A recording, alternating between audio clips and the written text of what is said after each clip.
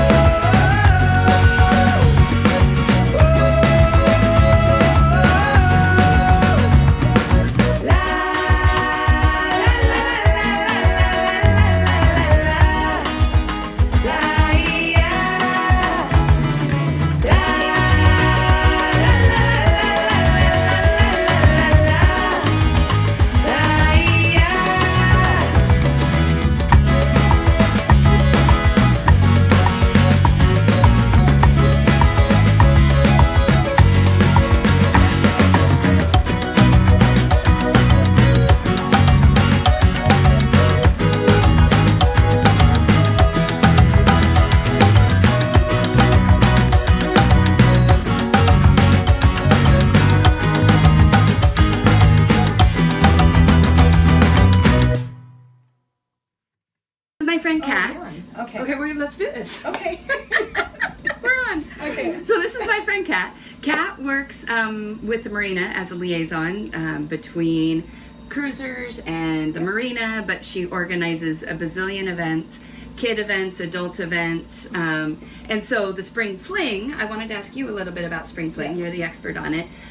So what's the history on it? How long's it been going on? So, Mike Danielson, PB Sailing, he started going there in 2003 for his birthday. It was just for his birthday. It wasn't something to be, it was a private time.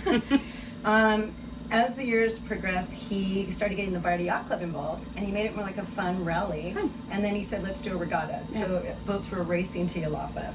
And so it was really fun. It wasn't anything like a serious regatta. The whole point was to get people to go to Yelapa and have fun, and Mike didn't want people to know it was his birthday. So it's always around the date of the 18th. But he never wants people to know. No, it is one people. He just wants that you're going for a spring fling. For a getaway. Yeah, just a getaway. Perfect. So it continued, and then in 2010 and 11, I was here with my boat, but I hadn't participated, but it looked so fun. I was watching everyone, listening to them on the radio, and I said, I have to do this. Yeah. So 2012 was my first spring fling, and it was really fun. It was exciting. Yeah. It was so neat to see all these boats and have everyone come to Pongas, and everyone, no one knows we're there for Mike's birthday. And it's been going for over 20 years then, informally and formally. Yeah. And now it's become a thing where it's word of mouth, and everyone wants to be here around the weekend of the 18th of April. And it's an overnighter, so you go on a Saturday, you come back a Sunday. You take as many people on your boat as you can, and you have everyone get Airbnb. years back, people were camping. We were bringing tents and cool. sleeping on the beach, and that was kind of fun too. So, yeah, there were some really neat moments there. But And do you have any like memorable? I mean, you have lots of memorable moments, I'm Yes, sure. I Either have. favorite moments or funny or any kind. wow, great time. It wasn't so great, but it was exciting. But we took our laser and we were coming back, and you know this one. I know this one. I was part of this And one. You tell so, it from your side. So we have a performance laser, and it has spreaders, and it kind of it's a beautiful laser, and it goes extremely fast. And we were coming across during the thermals, and we were getting close to La Cruz. I would say we were maybe a couple miles maybe outside, and there's white caps, and there's charter boats. It's the middle of the afternoon, and all of a sudden our mast just comes down, cracks, and Mike's like, "It's okay." And we don't have our VHF radio. My cell phone's almost dead. And I'm like, "Alexa, I gotta call Alexa." And I'm trying to call it, and I'm panicked, and I'm like talking to you, and it's loud, and we could barely see us in the white caps. Yeah. And I'm trying to explain to you from land where we are. I'm like, there's this building in front of us on the hill, and you just have to come and look for us. And it was so hard because of the white caps, and you're just this little white thing, and I'm zigging. I go in my dinghy, and I'm zigging and zagging, and finally, your phone is dying, and I get every other word you're saying, and finally, I see you on the horizon. Yes. Scoop you guys up. You had a broken toe or something. Yes, I broke my toe. Yeah. I broke my toe the night before. Yeah. But that was what was really neat about that whole experience. Yeah. First of all, the rescue was beautiful. Of course I was going to rescue you. I mean, it was really nice. And but sailing there on the laser and pulling up, well, first tacking and driving to all the boats and the moorings and saying hi to our friends. Yeah. And then sailing up to the beach. Perfect. And pulling it up on the beach, and then just getting a little room right there, and we just see our boat sitting out there on the sand. Yeah. It was just so simple. It is. And it was a beautiful, beautiful moment. But every year, it's such a great spring fling cruise out. Yeah. But it's also very sad because we know that it's a departure date as well for friends that are going to be doing the Pacific crossing. Yeah. Going up to Cia Cortez. Yeah.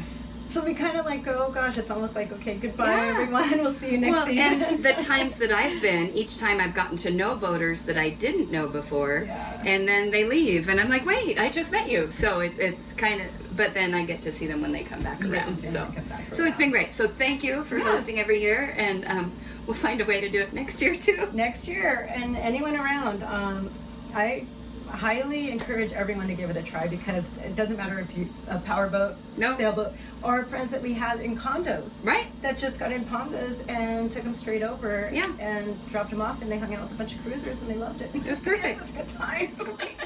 Thanks, babe. Thank you. All right, Sweet. And cut.